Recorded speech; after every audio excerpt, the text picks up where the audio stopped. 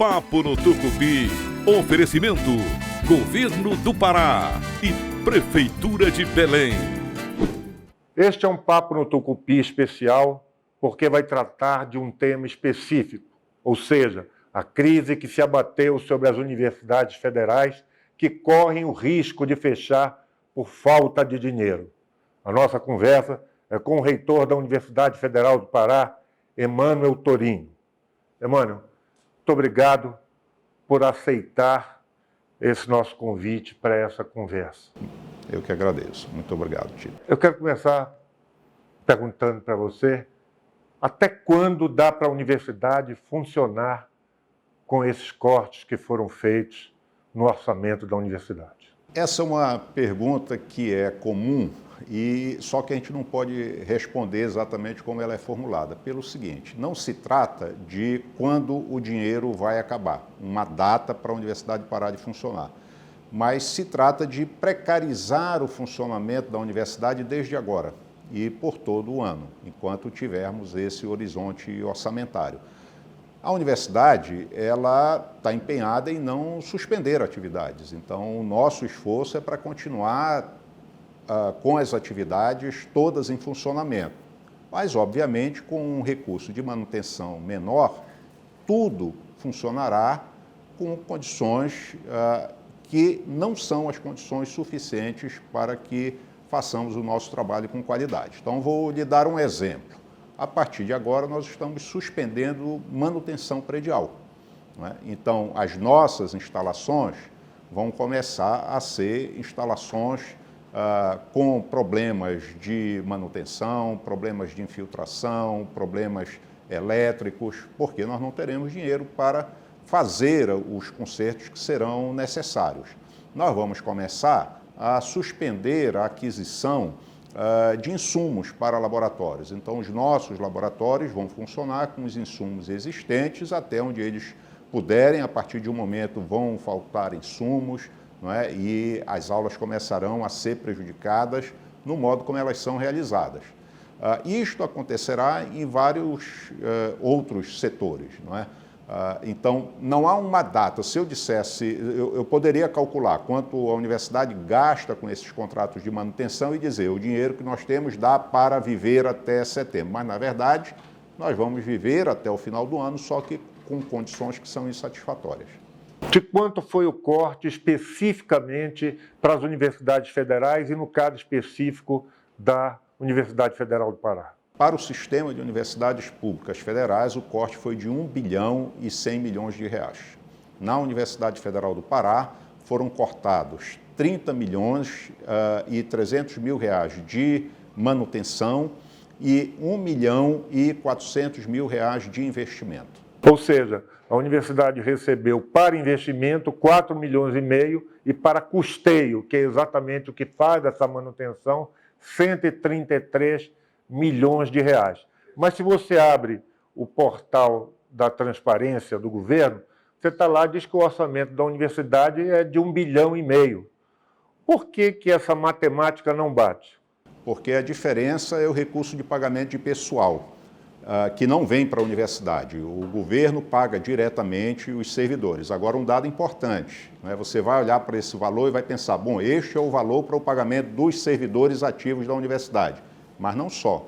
Este é o valor para pagamento de servidores ativos, inativos e pensionistas. Porque, no caso das universidades federais, diferente do que acontece em outros setores do serviço público, a folha de inativos está dentro do orçamento das próprias universidades, não é?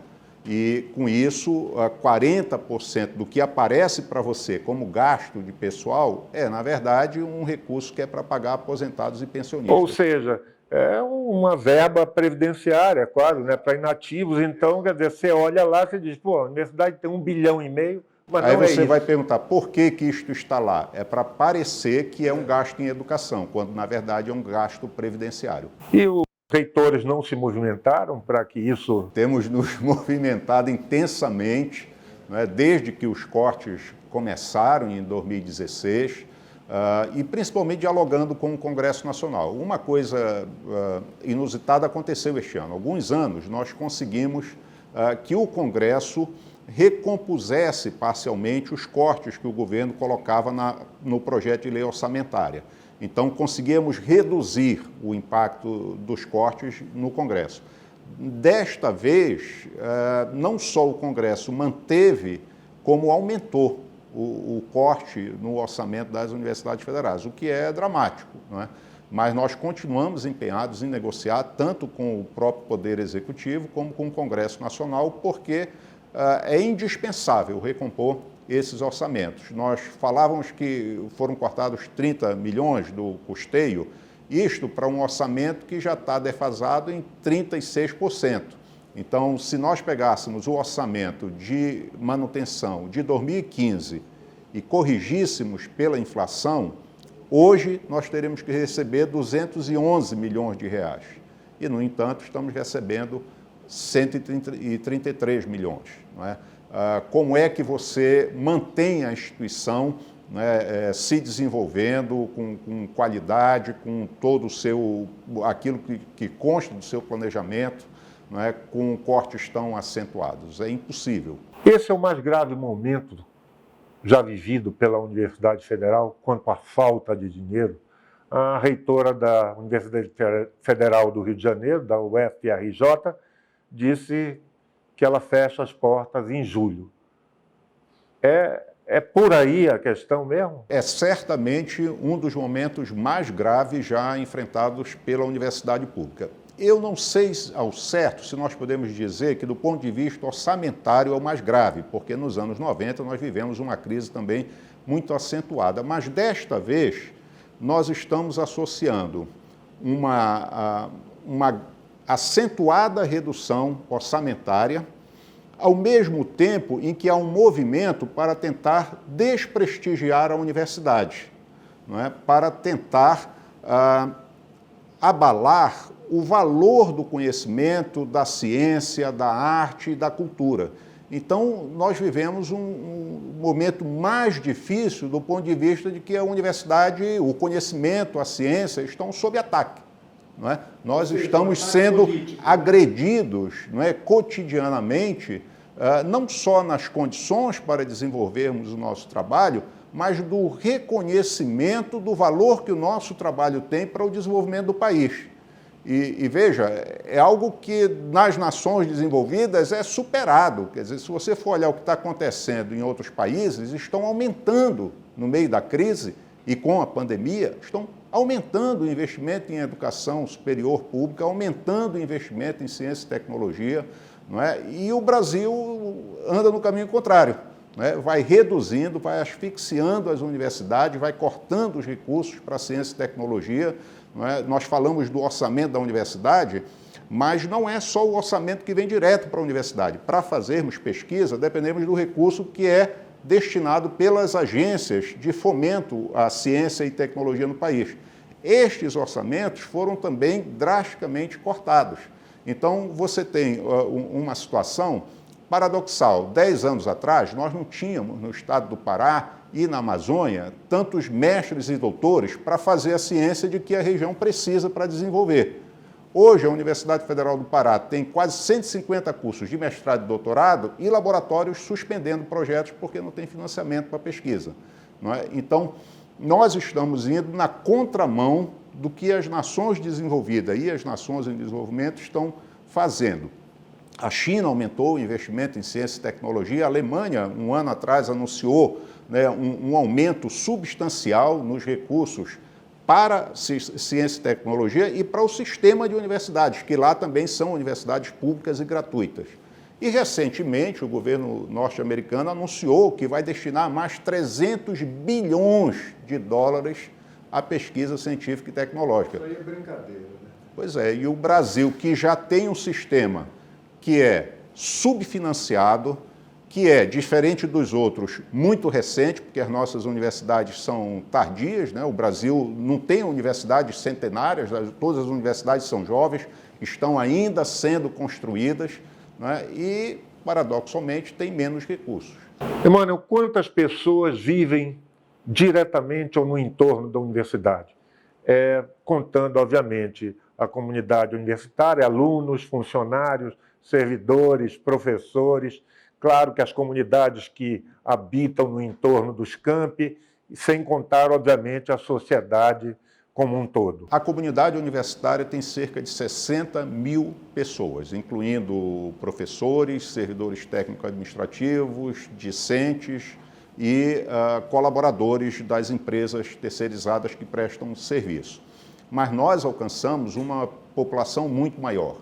A Universidade Federal do Pará, ela hoje está presente em mais de 70 municípios do estado do Pará, contando os campi que ela tem, polos e parcerias com algumas prefeituras para levar a educação à distância também.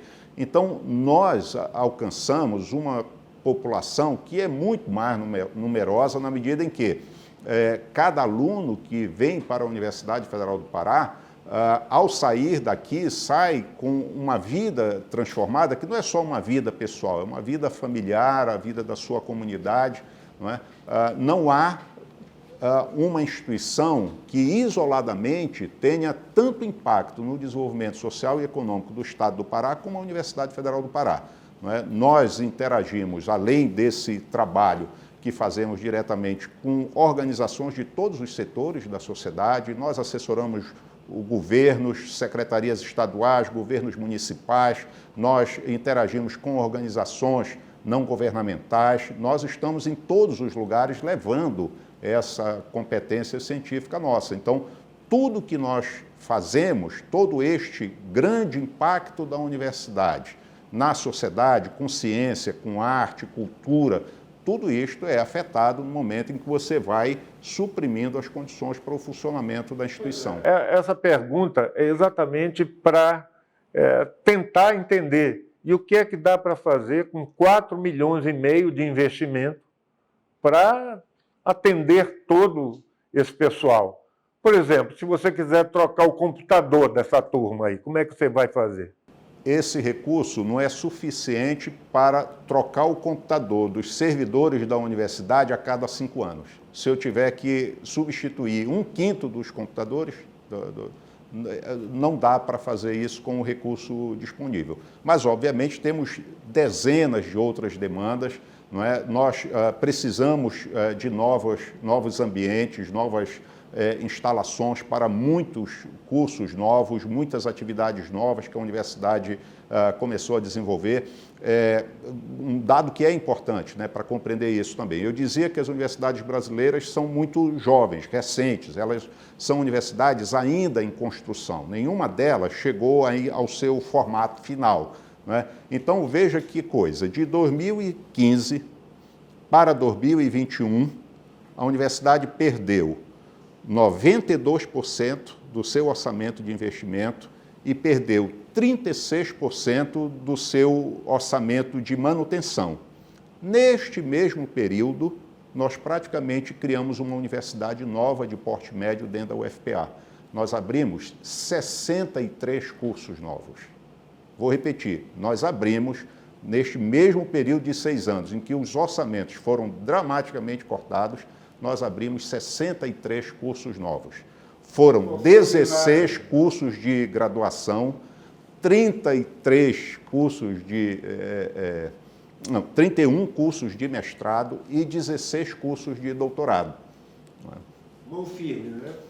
É um esforço que é de toda a comunidade. Não é? No caso dos cursos de graduação, eram cursos que já estavam no nosso planejamento. Muitos deles, cursos pactuados com o Ministério da Educação, que o Ministério, inclusive, nos repassou vagas de professores, mas na hora de dar os recursos para que os cursos possam se desenvolver plenamente, nós não recebemos esse recurso. Vou dar um exemplo, o curso de Medicina em Altamira. Ele foi criado nesse período, não é, a partir de uma pactuação com o Ministério da Educação, mas hoje a gente tem que, não é, correr atrás de recursos para manter o curso funcionando com as condições. Exato. Tudo isso. E no caso do mestrado e doutorado, eles acontecem por força do desenvolvimento da universidade na área de pesquisa. Né? Como nós, a comunidade se esforça para se tornar cada vez mais competente em pesquisa científica e tecnológica, isto vai possibilitando a abertura de novos cursos de mestrado e doutorado. Mas, ao mesmo tempo, vamos vendo as condições, né, serem cada vez mais escassas. Qual é o sentimento dos reitores quando, no caso específico da Universidade Federal do Pará, vai receber ou recebeu 4 milhões de reais para investimento, enquanto só as férias de 18 dias do presidente no Guarujá, em dezembro, custaram 2 milhões e 400 mil reais. Olha, Tito, eu acho que a gente precisa fazer um grande exercício coletivo de reconhecimento do que nós somos como nação. Nós somos uma nação com um enorme déficit social, com uma dívida social que só se acumula, não é? A desigualdade é o nosso problema mais marcante. Nós saímos da escravidão tem pouco mais de 100 anos, mas ela não saiu da gente. Nós vivemos ainda uma cultura, em grande medida, escravocrata, no sentido de que uma grande parcela da nossa sociedade não reconhece que todas as pessoas devem ter condições de vida dignas, devem ter acesso à educação, à saúde, à cultura. E isso se reflete no nosso dia a dia. Nós temos que reconhecer, por exemplo, nós não temos um projeto de nação. O que nós queremos desta nação? Quer dizer, como é que nós vamos fazer do Brasil um país onde todas as pessoas vivam com dignidade, um país que tem soberania, não é, perante outras nações, para o que é necessário ciência, não é? Hoje, a ciência é o mais importante para um país ser soberano, senão ele está... A população percebeu isso agora na pandemia. Sim, sim, senão você fica submetido aos interesses, inclusive econômicos, de outras nações. Não é? Todo mundo sabe disso no mundo inteiro. Agora, o Brasil, até hoje, não conseguiu, não é, construir um projeto de nação que pudesse transformar essa nossa realidade de uma sociedade extremamente desigual e incapaz, não é, de desenhar um horizonte de desenvolvimento que nos dê orgulho. Não é? Acho que a Constituição de 88 foi uma tentativa de inaugurar um período de desenvolvimento no país que fosse nessa direção, mas ainda é tímido perto do que nós merecemos como nação e que, na verdade, não se realizou plenamente. Não é? Então, as universidades, o que as universidades vivem é dramático, mas é uma faceta só de um problema social mais amplo. De uma necessidade mais ampla de nós pactuarmos minimamente o que queremos como futuro para essa nação. Enquanto não fazemos isso, aqueles que sempre tiveram poder, que sempre usufruíram como bem quiseram das riquezas nacionais, continuam fazendo o mesmo. Não é? A educação nas nações desenvolvidas, ninguém discute mais se deve investir em educação. Isso é uma coisa atrasadíssima. E no Brasil, os reitores, como os gestores educacionais em todos os níveis, no lugar de se ocuparem no dia a dia do planejamento para o desenvolvimento das suas instituições, têm que se ocupar de convencer a sociedade, né, convencer a classe política, convencer os governantes de que é importante investir em educação. Enquanto nós ainda estivermos nessa fase de precisar convencer a sociedade da importância desse investimento, nós não vamos sair do lugar em que estamos. Mas se você olhar também o portal da transparência, você vê que os ministérios que tiveram aumento de recursos foi exatamente o Ministério da Defesa e o Ministério da Economia. E os que tiveram baixa foi exatamente a da Educação e o Ministério da Saúde. Num país em que se gastou no ano passado 2 bilhões de reais com alimentos, entre eles, para o governo, entre eles 15 milhões de leite condensado, 2 milhões só de goma de mascar, o popular chiclete. Ou seja, isso é uma verdadeira inversão dessa ordem de valores. Você vê uma saída a curto prazo para isso? A questão é, estes fatos isolados não são fatos isolados. Isto é a regra na sociedade brasileira, não é?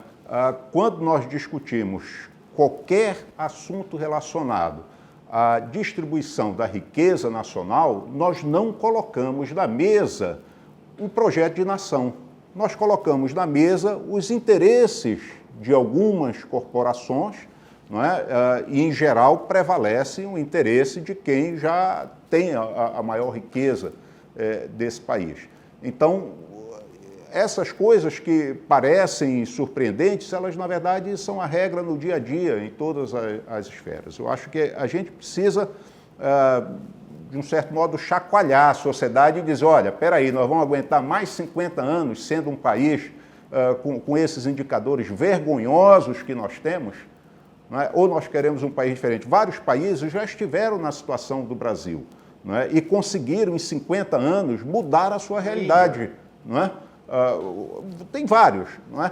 Mas nós não tocamos, nós reproduzimos isso sistematicamente. Não é? Eu lembro uma época em que se dizia no Brasil que não podia aumentar o salário mínimo, que àquela altura era de R$200, porque senão isso quebrava a economia. Entendeu? O Brasil está sempre... é um especialista. Que dava para poupar e comprar um carro. O país é especialista em encontrar justificativas para reproduzir a iniquidade, para reproduzir essa realidade de viver distorcida em todos os sentidos, não é? Porque ela é uma sociedade que produz e reproduz privilégios o tempo todo. Nós temos indicadores que, às vezes, parece que a gente não para pensar. Como é que nós vivemos, não é, num país onde mais de 50% da população não tem esgotamento sanitário nas suas residências? No estado do Pará, na Amazônia, isso chega a 80%. Esta é a nossa realidade. 80% da população da Amazônia não tem, das residências, não estão conectadas com uma rede de esgotamento. Água potável, 50% não tem na Amazônia, né? Não tem acesso à água tratada. Então, veja, são coisas, não é de sociedade desenvolvida, as mais básicas que as nações há 300 anos já resolveram e a gente não resolve.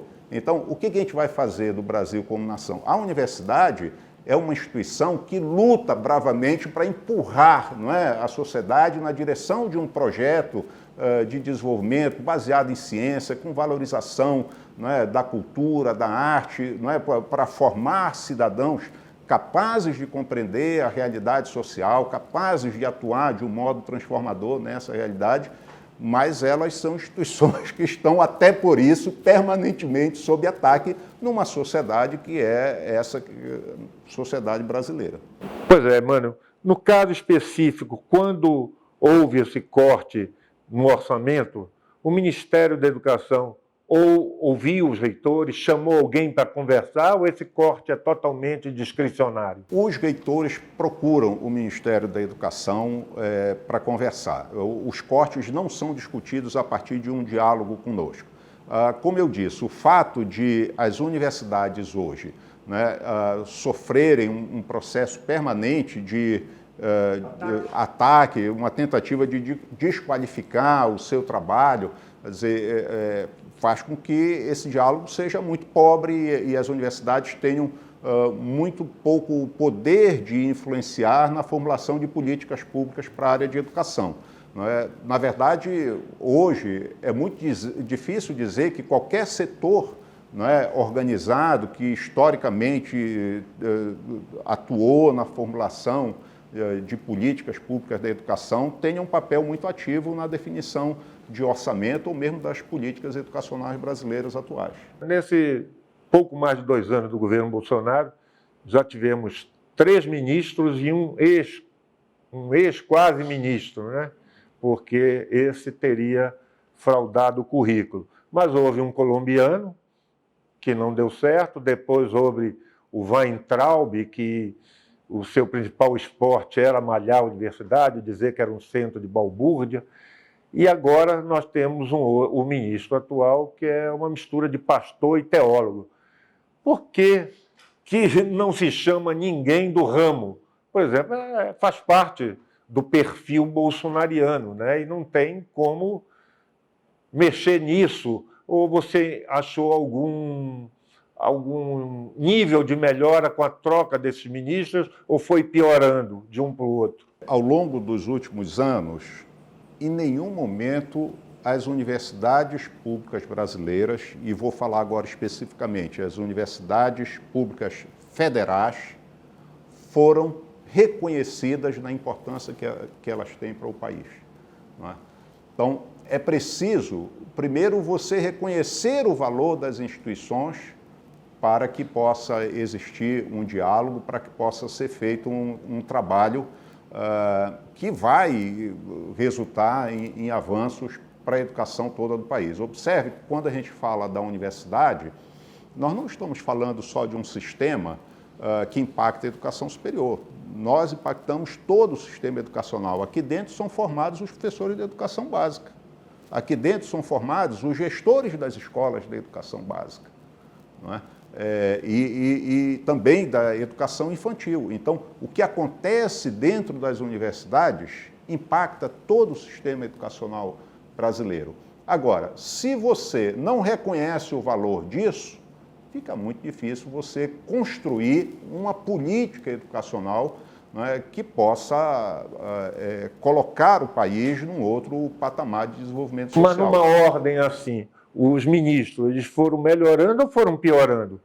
O Vélez, depois Van Traub e agora o Milton. Do ponto de vista do status das universidades na formulação das políticas nacionais, não houve nenhuma mudança. Compreendeu? Você pode pegar um aspecto particular para dizer, esse é pior do que aquele, ou esse é melhor do que aquele, mas, volto a dizer, é uma armadilha nós nos perdermos nas questões pontuais. Há uma política que, como dizia o Darcy Ribeiro, não é uma crise, é um projeto. Né? É um projeto de Há um destruição. projeto em curso relacionado ao sistema educacional brasileiro e, dentro desse sistema, a educação superior pública. Este projeto, ele não foi mudando ao longo do tempo. Ele é um mesmo, não é? E a gente, obviamente, tenta mostrar para a sociedade que este projeto caminha num sentido que é ruim para a sociedade. Porque, veja, a universidade pública, ela tem que ter condições, ela tem que sobreviver, ela tem que funcionar bem, não é pelas pessoas que estão dentro dela apenas. Elas têm que funcionar bem pela sociedade. Para toda a sociedade é importante termos universidades fortes, universidades que se desenvolvem, que produzem conhecimento de ponta, que formam pessoas altamente qualificadas para toda a sociedade, para todos os setores da sociedade. Na hipótese que eu tenho certeza que nunca acontecerá, mas na hipótese das universidades serem inviabilizadas, quem é que pagaria esse preço? Toda a sociedade pagaria o preço. Você imagine o que seria o estado do Pará se ao longo das últimas 6 décadas não tivesse existido a Universidade Federal do Pará. Quantas conquistas nós não teríamos tido, não é? Por não termos pessoas qualificadas para atuar na sociedade, por não termos conhecimento sobre a nossa própria realidade, não é? Por não termos desenvolvido as organizações da sociedade numa direção positiva. Então, as universidades são importantes para todo mundo. É muito difícil mostrar isso, porque a universidade é uma instituição complexa, ela é uma instituição enorme, que faz muitas coisas, não é? E cada pessoa que não está aqui dentro usufrui do que ela faz de um modo muito indireto. Então é difícil a percepção da importância para alguns, mas ela usufrui. Não tem uma pessoa que você possa dizer, não, esta pessoa aqui no estado do Pará nunca usufruiu de nada que a Universidade Federal tenha feito. Não existe. Em todos os lugares há pessoas qualificadas formadas pela Universidade Federal do Pará, em todas as instituições há a contribuição da universidade com projetos, com assessorias, com produção de conhecimento. Não é? Inclusive o perfil do aluno mudou, né? O perfil do aluno hoje já vem mais de escola pública, sim, já vem mais dos pardos, dos negros. 80% dos alunos da Universidade Federal do Pará vêm de famílias de baixa renda. não é? Temos programas de inclusão para alunos indígenas, alunos quilombolas, alunos com deficiência, para estrangeiros em vulnerabilidade, não é? E cada pessoa dessa que tem acesso à universidade, ela tem um horizonte de vida diferente. Não só um horizonte pessoal, mas um horizonte coletivo. Para a gente concluir essa entrevista, que está tão bom esse papo, por mim eu ficaria horas aqui, mas objetivamente, qual o prognóstico que você vê para a universidade em meio a esta pandemia, em meio a este governo que está aí e em meio a este projeto que tenta outra vez sucatear a universidade? A universidade pública vencerá. Ninguém vai conseguir fechar a universidade pública nesse Brasil. A nossa força é enorme, a nossa comunidade vai fazer o que for preciso para resistir. Nós estamos já há anos numa condição de resistência, não é? E a sociedade reconhece isso. A sociedade, em grande medida, reconhece o valor da universidade. Ninguém conseguiu calar a universidade. Já tentaram várias vezes calar as universidades. Não calam. A universidade nunca vai se calar. Nós nunca vamos renunciar a este projeto de desenvolvimento, de crescimento, de promoção de direitos para as pessoas, de cidadania, não é? De soberania. Isto é o DNA das universidades. Algumas pessoas, não é, se incomodam com isso, não é, mas porque este é o espírito da universidade em qualquer lugar do mundo. Me perguntam com frequência, a universidade é isto, é aquilo, porque a universidade é uma instituição humanista. A universidade em todos os lugares sempre existiu para ajudar as sociedades no seu desenvolvimento, em um processo civilizatório. A função da universidade é contribuir para um processo civilizatório. Então, não adianta, nós vamos enfrentar enormes dificuldades, como enfrentamos no passado, e quando vier o próximo governo, nós estaremos aqui. E se for outro que atacar as universidades, nós vamos resistir, e quando vier o outro, nós estaremos aqui. Este é o futuro da universidade. Eu não temo que a questão da inviabilização. Agora, vão enfrentar uma luta dura, porque a nossa comunidade não é uma comunidade que fica calada, não é uma comunidade que se conforma, não é? Temos os nossos problemas também, como todas as instituições têm, mas nós sabemos do valor do trabalho que nós fazemos, não é? E nós vamos lutar para que ele continue sendo feito. Obrigado, Emmanuel, por essa Obrigado, entrevista. foi um prazer conversar com você. Seria importante aqui na região um novo posto de saúde. O combate aos alagamentos exige um plano de manejo das nossas bacias. Garantir acesso à internet também é uma prioridade. Debates, projetos, demandas. A gente sempre tem o que dizer e o que decidir. A gente tem o Tacelado, Fórum Permanente de Participação Cidadã. Conheça nossos espaços de participação em belém.pa.gov.br/Tacelado. Prefeitura de Belém, governo da nossa gente. A restrição de crédito dói? Os juros te assustam? Volte a sorrir com a recuperação de crédito do Banpará. Redução de até 90% de juros e multas. Procure sua agência e negocie. Onde tem Pará, tem Banpará. Papo no Tucupi. Oferecimento: Governo do Pará e Prefeitura de Belém.